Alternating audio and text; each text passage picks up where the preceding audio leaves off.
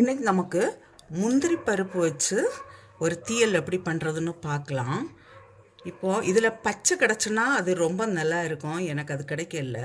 So இதை நான் இப்போது எடுத்துட்டு கொஞ்ச நேரம் ஒரு 1/2 hour தண்ணியில் ஊற போட்டு வைக்கிறேன். தண்ணியில் ஊற போட்டது இருக்குது. இப்போது செய்கிறதுக்கு ஸ்டார்ட் பண்ணலாம். இப்போது ஒரு கடாய் வச்சு நான் கொஞ்சமாக தேங்காய் போடுறேன்.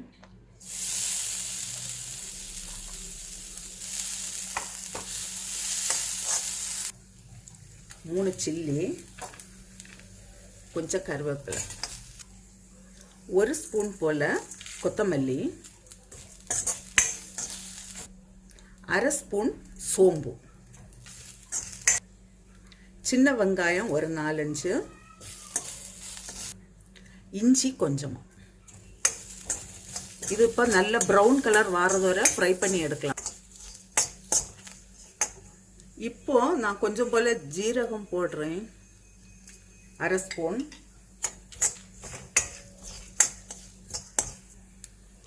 கொஞ்சம் மஞ்சள் தூள். நான் இப்போ ஸ்டவ் ஆஃப் பண்ணுறேன். இது போதும்.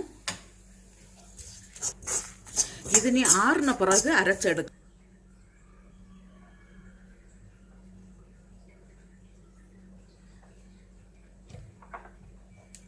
கடுகு,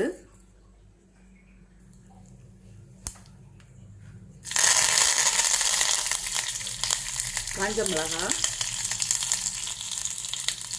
இஞ்சி, பூண்டு,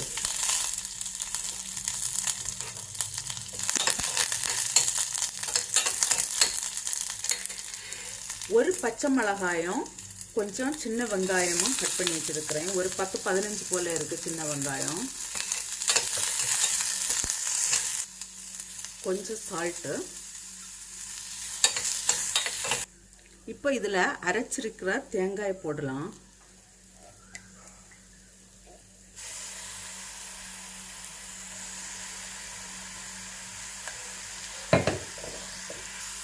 தேவையான அளவு தண்ணி.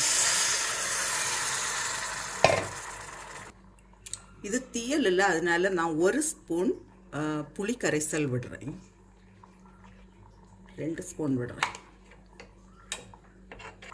இப்போ இதில் அந்த முந்திரி பருப்பையும் சேர்க்குறேன். இது ஒரு 5 நிமிஷம் வேகட்டும்.